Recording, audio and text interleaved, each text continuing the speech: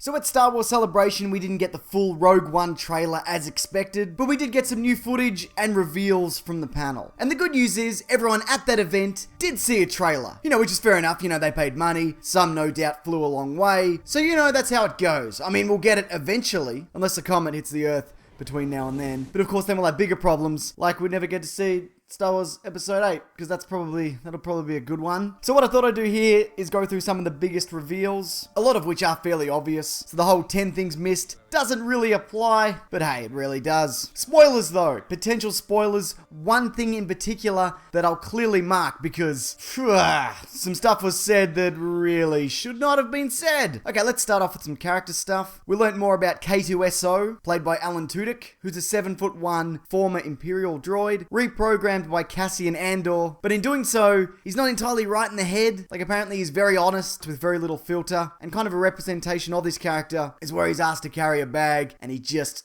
doesn't. Good stuff. Riz Ahmed also mentioned his character works for the Empire, but simply as a pilot. His planet is under Imperial occupation, and it would make sense that, hey, you gotta work, which could very well be a nod to a conversation that happened in Clerks. Some juicy government contract comes your way. You got a wife and kids, the 2-story in suburbia. This is a government contract, which means all sorts of benefits. It's also pretty much confirmed that Donnie Yen's character is force sensitive, as he's blind, though as he said, is able to see with his heart. And speaking of, and this is the massive spoiler, I'll leave this up here until it's over. Yeah, he dies. He's a dead guy. Yeah, he dies at some point in the movie. Jiang Wen said those exact words, along with revealing he's some kind of Imperial spy. And when this guy dead, I do something better.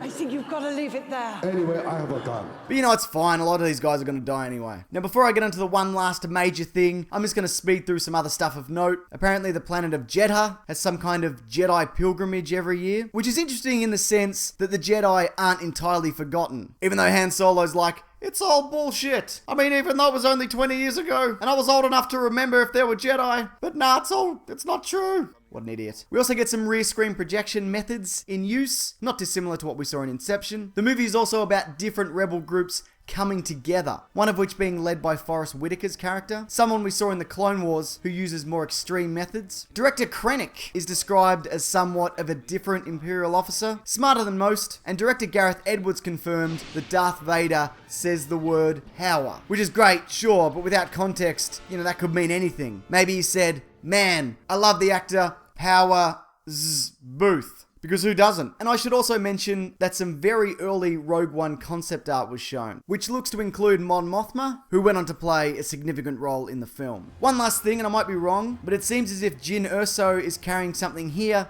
that could very well turn out to be the Death Star plans. I mean, those plans are described like this.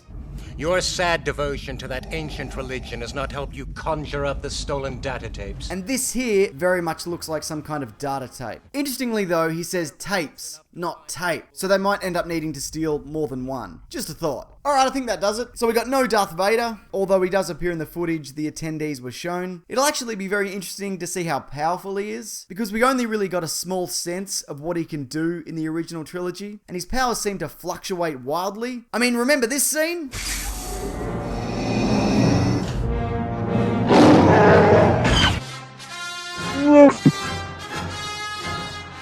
Now, if you want to keep track of some of my videos, including all future trailer breakdowns, if you're a subscriber, you can get notifications when I put something up by doing what I'm showing here. I mean, if you'd like, no pressure, do whatever you want.